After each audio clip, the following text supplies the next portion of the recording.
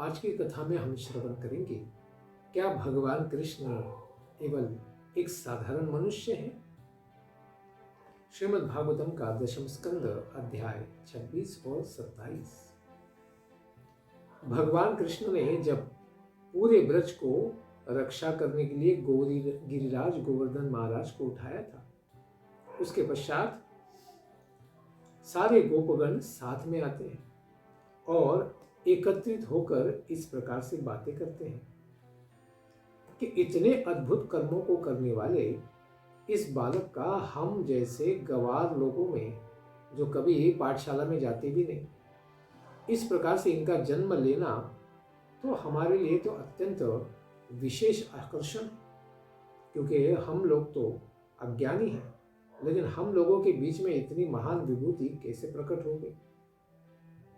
जो केवल 7 वर्ष का बालक अपने एक ही साथ में जैसे गजराज हाथ में कमल पुष्प उठा लेता है, उसी प्रकार खेल खेल में इन्होंने गिरिराज गोवर्धन को, पर्वत को किस प्रकार से धारण कर लिया। जब यह छोटा सा बालक ही था, उस समय अपनी आंखें बंद किए हुए भयंकर पूतना के स्तनों को पीते पीते उसके प्राणों को वैसे ही उन्होंने पी लिया जिस तरह शरीर आयु को ही क्या करता है, शरीर आयु को भी विनष्ट कर देता है। कौन? काल। काल क्या करता है? शरीर को पूरी तरह नष्ट कर देता है। क्योंकि महाबलवती पूतना तो भयानक कालकूट विष को लगाकर आई थी, लेकिन इन्होंने छोटे से बालक होने पर भी उसका नाश कर दिया। उसके पश्चात गाड़ी के नीचे इनको सुलाया गया था।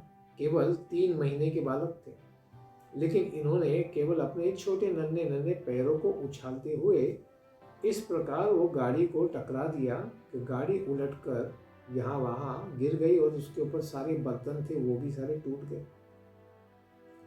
फिर यह बालक 1 वर्ष का बच्चा बन गया। तो जब बैठा ही था तो उस समय तृणावर्त नाम का भयानक असुर आया और इनको आकाश में उड़ाकर ले गया। उस समय इन्होंने तृणावर्त का गला घोंट घोंट कर उसको मार गिराया और इन्हें कुछ भी नहीं हुआ अंतरिक्ष से गिरने पर भी। जब वह एक बार माखन की चोरी कर रहा था, उस समय इसकी माँ ने इसको उखल में बांध दिया था, क्योंकि इन्होंने माखन की चोरी भी की और सारे बर्तन भी फोड़ दिए थे। तो उन महाकाय अर्जुन के वृक्षों के बीच में यह चले गए और केवल अपनी छोटी छोटी नन्ही भुजाओं से पीछे बांधे हुए उलूक के साथ इन्होंने 30,000 साल से पुराने ऐसे अर्जुन वृक्षों को एक ही क्षण में गिरा दिया। वन में बालकों के साथ और बलराम जी के साथ जब यह बछड़ों को चरा रहा था, उस समय इसको मारने वाले बकासुर, मारने का प्रयास करने वाले बकासुर के मुंह को इसने चीरकर फाड़ दिया। इस प्रकार रामकृष्ण को मार डालने की इच्छा से बछड़े का रूप लेकर ही बछड़ों के बीच में और एक बार एक वत्सासुर नाम का राक्षस आ गया था। इस बालक ने उसे भी मारकर कैत के पेड़ के ऊपर फेंक दिया।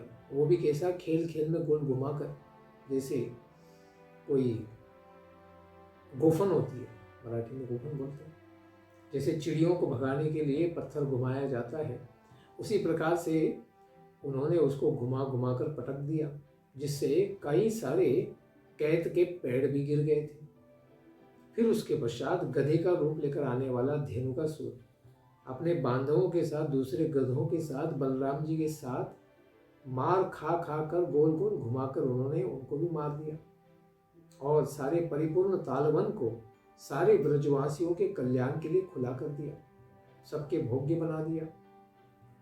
उसके पश्चात दुष्ट प्रलंबासुर को बलराम जी ने मरवा दिया। इस बालक ने गोपों तथा गायों को वनाग्नि से बचा लिया। यह बालक सर्पों के महान स्वामी ऐसे कालिया, जो अति क्रूर विष से युक्त कालिया दाह बना चुका था, उसका भी दमन करता है और कालिया को बलपूर्वक उस रथ से निकालकर, जमुना जी से निकालकर रमण द्वीप उन्होंने भेज दिया और अपने केवल चरणों के स्पर्श के प्रभाव मात्र से सारी जमुना जी को विष रहित कर दिया। ऐसे ये महान भगवान ही लग रहे। हे नंद जी, इस श्याम सुंदर पुत्र पर हम सभी ब्रजवासियों का दुस्तर अनुराग है, बहुत ही अधिक प्रेम हो गया है, क्योंकि इस बालक ने ऐसा किया है जो साक्षात भगवान ही कर सकते हैं। और इस बालक का भी हम लोगों के प्रति उतना ही प्रेम है। ऐसा क्यों है, क्या आप बता सकते हैं? कहाँ तो यह 7 वर्ष का बालक और कहाँ इस अति विशाल का यह गिरिराज जी को उन्होंने धारण कैसे कर लिया। अतएव हे ब्रज के स्वामी नंद जी महाराज, इसी कारण हम लोगों को आपके इस बालक के विषय में बड़ी शंका होती है।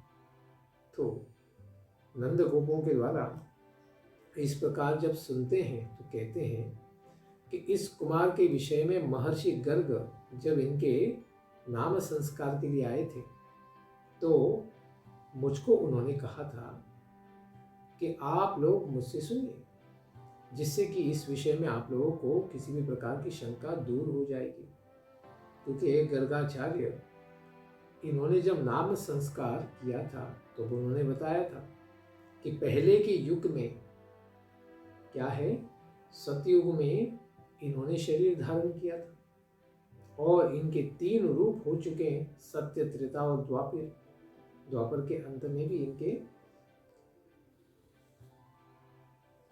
अभी जो रूप हो रहा है और कलयुग में, पीछे वाले कलयुग में भी रूप होके गया है। इस प्रकार कैसे रूप थे? कहते हैं कि सतयुग में श्वेत रूप था, सफेद हंस अवतार आए थे, उसके पश्चात रक्त लाल रंग लेकर आए थे और उसके पश्चात पीत कलर यानी पीला रंग लेकर आए थे और अभी इदानीम कृष्णधाम गतः, और अभी यह इस द्वापर के अंत में काला वर्ण लेकर आ गए हैं घनश्याम रूप में। इसलिए यह आपका पुत्र पहले पूर्व काल में कभी वसुदेव जी का पुत्र रूप में उत्पन्न हुआ था। अतएव अभिज्ञ पुरुष इसको वसुदेव का पुत्र होने से वासुदेव शब्द से भी जानेंगे। तुम्हारे इस श्याम सुंदर पुत्र के गुणों और कर्मों के अनुसार बहुत सारे नाम हैं, एक नाम नहीं है, अनंत नाम है और रूप भी उतने ही प्रकट किए हैं। उन सबको मैं जानता हूँ, लेकिन सामान्य मनुष्य उन्हें नहीं जानता है। यह गोपों और गोकुल यानी गायों के समूह को बड़ा आनंदित करने वाला है और यह आप लोगों का बहुत ही बड़ा कल्याण करेगा।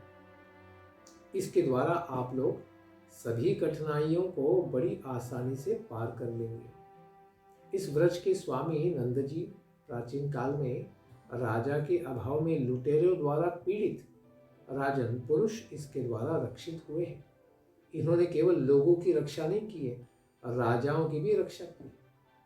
इसी के द्वारा रक्षा किए जाने से बल पाकर साधु पुरुष इस प्रकार दस्युओं और चोरों पर विजय प्राप्त करते केवल इनके आशीर्वाद से। जो महाभाग्यवान पुरुष इनसे प्रेम करेंगे, जिस तरह भगवान विष्णु के पक्ष में रहने वाले सारे देवताओं को असुर कभी पराजित नहीं कर पाते, उसी तरह सबों को शत्रु यानी इनके भक्तों के कोई भी शत्रु हो, वे इनके भक्तों को पराजित नहीं कर पाएंगे। हे नंद, यह बालक अपने दिव्य गुणों से, ऐश्वर्य और सौंदर्य से, यश और अपने दिव्य प्रभाव से भगवान श्री नारायण के समान ही होगा। अतएव इसके कार्यों को देखकर कभी आश्चर्य नहीं करना चाहिए। इनके लिए यह सब तो लीला मात्र है। इस तरह से मुझको साक्षात आदेश देकर गर्ग महर्षि अपने घर चले गए। तब से मैं इसको नारायण का अंश ही मानता हूँ, क्योंकि ये कृष्ण अलौकिक तथा सुखद आनंद प्रदान करने वाले हैं, जैसे कि आप सब लोगों ने भी इसका वर्णन किया है। इस तरह से गर्ग महाराज के द्वारा कही जाने वाली सारी जो बातें हैं, इनको जब ब्रजवासियों ने सुना तब उन लोगों को अपना आश्चर्य जो हुआ था वो समाप्त हो गया। अरे, अगर यह नारायण के अंश हैं तो यह तो कुछ भी कर सकते हैं, इनके लिए तो लीला मात्र है। क्योंकि अब वे निस्सीम तेजस्वी भगवान श्री कृष्ण के इस दिव्य प्रभाव को पूर्ण रूप से देख भी पाए थे और सुन भी चुके थे। इसलिए वे सब अत्यंत आनंदित हो जाते हैं और नंद जी और भगवान श्री कृष्ण की बहुत अधिक प्रशंसा करते हैं कि नंद बाबा आप बड़े महान हैं कि आपके घर में ऐसा पुत्र आया साक्षात नारायण का अंश। तो आप भी भगवान के भक्त होने के कारण ही तो इस प्रकार भगवान आकर हम सबको इंद्र के क्रोध से भी बचाते हैं और असुरों से भी बचाते हैं। ऐसे श्री भगवान को बारंबार प्रणाम है। इस प्रकार से सारे ब्रजवासियों ने भगवान के इस दिव्य प्रभाव को माना और जाना कि वे तो साक्षात भगवान के अंश ही हैं, इसलिए बड़े आनंदित हो जाते हैं। ऐसे श्री भगवान का अपराध किया इंद्र ने क्रोध के कारण, तो इस पर इंद्र अभी क्या करेंगे? सुखदेव गोस्वामी कहते हैं कि हे परीक्षित, भगवान गोवर्धन पर्वत को धारण करके संपूर्ण वृक्ष की रक्षा करते हैं वर्षा से और उल्कापातों से। इस प्रकार तब तो जब गौ माता यानी सारी गौओं का और बछड़ों का भी भगवान ने रक्षण किया गोपों के साथ, तो गोलोक यानी जो गायों का लोक है आध्यात्मिक संसार में, वहाँ सब गौ माताओं की अधिस्वामिनी देवी है कामधेनु माता। यह कामधेनु माता भगवान श्री कृष्ण को बधाई देने के लिए तथा स्वर्ग के राजा इंद्र भी, उन्होंने भी भगवान का अपराध किया था, तो वे भी क्षमा मांगने के लिए भगवान के पास आते। उन्हें पता था कि अगर हम जाएंगे, हमने तो बड़ा अपराध किया, तो भगवान हमारी ओर देखेंगी भी नहीं, इसलिए कामधेनु माता को आगे करते हैं, सुरभि माता को आगे करते हैं और इंद्रदेव पीछे पीछे हो जाते हैं उनकी पूंछ पकड़ के। इस प्रकार भगवान का इंद्र ने तिरस्कार किया था, अतएव वे बहुत ही लज्जित हो गए, बड़ी शर्म आ रही थी। इस तरह से इंद्र एकांत में आते हैं, क्योंकि सबके सामने आने की तो हिम्मत ही नहीं है, इसलिए एकांत में आकर सूर्य के समान अपने तेजस्वी मुकुट के साथ ही भगवान के चरणों में गिरकर साष्टांग दंडवत प्रणाम करके भगवान के चरणों को स्पर्श करते हैं और भगवान से क्षमा मांगते हैं, अर्थात भगवान को ही परम भगवान के रूप में अभी स्वीकार करते हैं। पहले तो कहते हैं बालक है और बड़ा वाचाल वगैरह है, लेकिन अभी जब पता चल गया बालक है तो क्या हुआ, मेरे स्वामी भगवान यही है, इसलिए उनके ही चरणों में शरणागति स्वीकार करते हैं। इस प्रकार से असुर नहीं करते, इसलिए देवता असुरों से श्रेष्ठ है। गलती भी करेंगे, मद भी हो जाएगा, अपमान भी करेंगे, अपराध भी करेंगे, लेकिन इसको जानने के पश्चात तुरंत भगवान के चरणों में नमस्कार कर देते हैं, अपराधों के लिए क्षमा मांगते हैं। जैसे पीछे ब्रह्मा जी ने मांगी थी, अभी इंद्र भगवान आ गए। भगवान श्री कृष्ण के निस्सीम प्रभाव को इस प्रकार इंद्र ने स्वयं अपनी आंखों से देखा था। पहले सुना भी था, लेकिन उसको माना नहीं था, इसलिए आंखों से भी देखना पड़ा। उनका त्रिलोकी के स्वामी होने का पूरा गर्व इस प्रकार से समाप्त हो गया। उन्होंने दोनों हाथ जोड़े और भगवान श्री कृष्ण से कहा कि हे प्रभु, आप तो परम शांत विग्रह हैं और यही तो आपका तपोमय भाव है कि आप इतने प्रभावशाली होने पर भी अत्यंत शांत हैं। यही आपकी लीला है। इसके रजोगुण और तमोगुण जिसके विनष्ट हो गए हैं वो भी आपको नहीं समझ सकता है, लेकिन आप तो विशुद्ध सत्वमय स्थिति से भी ऊंचे स्तर पर हैं। इसलिए हे प्रभु, आपको नमस्कार है। ये संसार तो गुणों का प्रभाव है और इसीलिए ये प्रपंच पूरा माया जगत है, लेकिन यह माया आपकी ही सेविका है, दासी है और हम भी तो आपके ही दास हैं। आपके स्वरूप का इस प्रकार से ज्ञान नहीं होने के कारण ही हम लोगों में क्या हो जाता है, अपराध भावना प्रकट हो जाती है, क्योंकि हम सब तो आपके बारे में अज्ञानी ही हैं। हे प्रभु, कृपा करके आप हमारा अपराध न स्वीकार करें, हमें आपका बालक समझते हुए कृपा करके माफ कीजिए। आप तो सर्वज्ञ हैं, लेकिन आपकी माया को भी हम नहीं जानते हैं, तो आपको हम किस प्रकार से जान पाएंगे। इसलिए हे प्रभु, हमें क्षमा कीजिए। आगे कहते हैं कि हे प्रभु, आपके संबंध में अज्ञान और उसके कारण प्रतीत होने वाला जन्म आदि तो है ही नहीं। इस संसार में तो जीव अज्ञान और पाप के कारण उसे पुनर्जन्म लेना पड़ता है, लेकिन आप में कोई कर्म है ही नहीं, तो उसके दोष से तो आपका कभी जन्म हो ही नहीं सकता है। आप तो अजन्मा हैं, आप तो अजय हैं। तो फिर देह आदि की प्राप्ति के कारण और उन्हीं से होने वाले क्रोध, लोभ आदि दोष आप में तो सदा सर्वदा कभी हो ही नहीं सकते।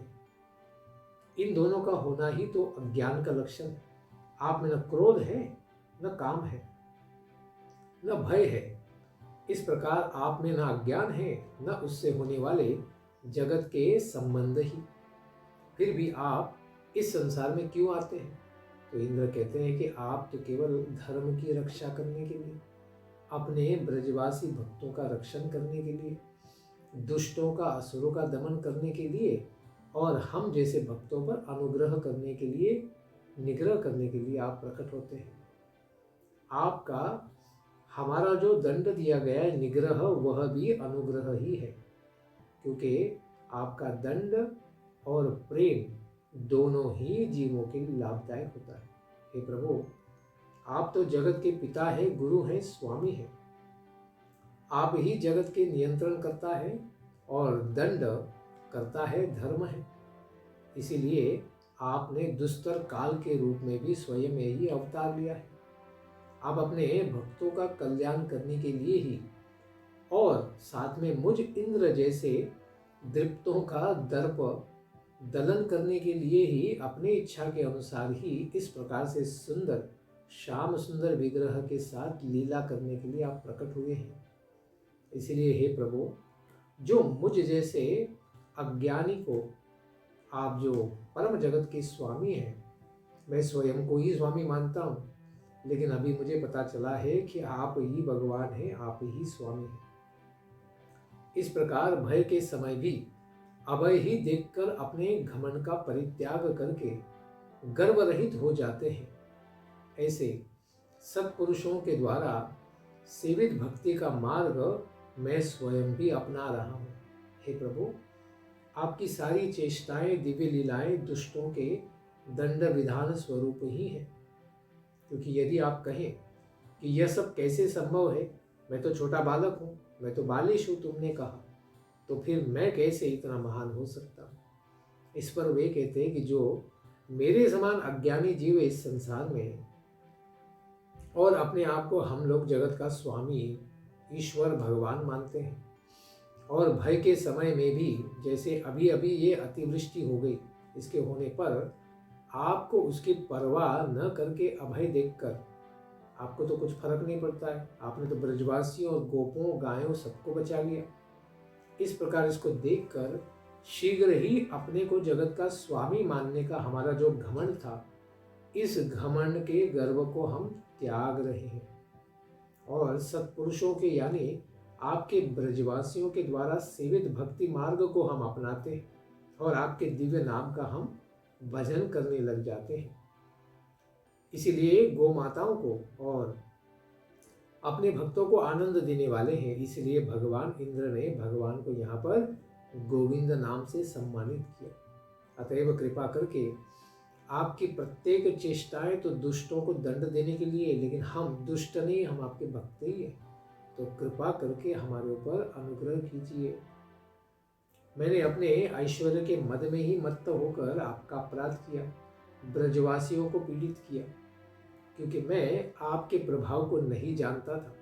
हे स्वामी, आप मुझ मूर्ख अपराधी के सारे अपराधों को कृपा करके क्षमा कीजिए, क्योंकि वे तो सब अज्ञान से प्रभावित थे। आप मुझ पर ऐसी कृपा करें कि पुनः इस प्रकार मेरी बुद्धि भ्रमित न हो और दोषों से दूषित न हो जाए।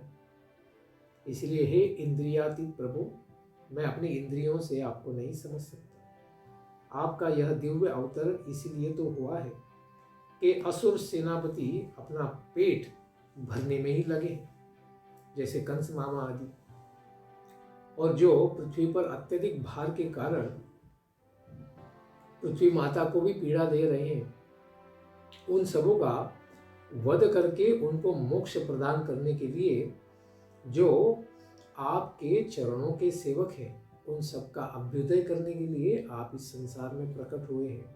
इसीलिए कहते हैं नमस्तुभ्यं भगवते पुरुषाय महात्मने।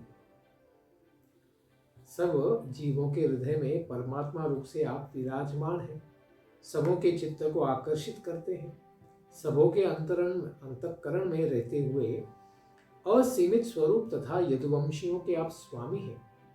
आप ऐसे श्री भगवान को हम बारंबार नमस्कार करते हैं। हे प्रभु, आप अपने कर्मों के अनुसार शरीर नहीं धारण करते हैं, अभी तो आप अपनी इच्छा के अनुसार ही इन अवतारों को धारण करते हैं। आप विशुद्ध ज्ञान शरीरक हैं, आप संपूर्ण जगत स्वरूप हैं और संपूर्ण जगत के कारण भी हैं। इस तरह से आप सबों के हृदय में परमात्मा स्वरूप भगवान हैं, इसलिए आपको बारंबार प्रणाम है। इंद्र श्री भगवान से प्रार्थना करते हैं कि हे भगवान, जब मेरा यज्ञ विहत हो गया, आपने नष्ट करवा दिया, तब अत्यंत क्रोध में मैं आ गया था, क्योंकि मैं तो अपने आप को जगत का स्वामी मानता था। अतएव मैं इस व्रज को ही नष्ट कर देना चाहता था। तीव्र आंधी, तूफान और संवर्तक बादलों को मैंने भेजा और भयानक वर्षा, मूसलाधार वर्षा शुरू की। यह अत्यंत भयानक मेरा अपराध है, कृपा करके आप इसे क्षमा कर दीजिए, क्योंकि आपने मेरे प्रभाव का ऐसे भी नाश ही कर दिया है। आपको तो कुछ फर्क पड़ा नहीं और आपने सारे ब्रजवासियों को भी बचा लिया है, तो कृपा करके मुझे क्षमा कीजिए, क्योंकि मेरा अहंकार पूरी तरह अभी शांत हो गया है, समाप्त हो गया है। मेरा प्रयास भी सारा व्यर्थ हो गया, मैं किसी का नुकसान भी नहीं कर पाया। यह आपकी कृपा ही है, किंतु आप मुझ पर अपनी कृपा अभी और बनाए रखिए, क्योंकि मैं भ्रमित होता रहता हूँ।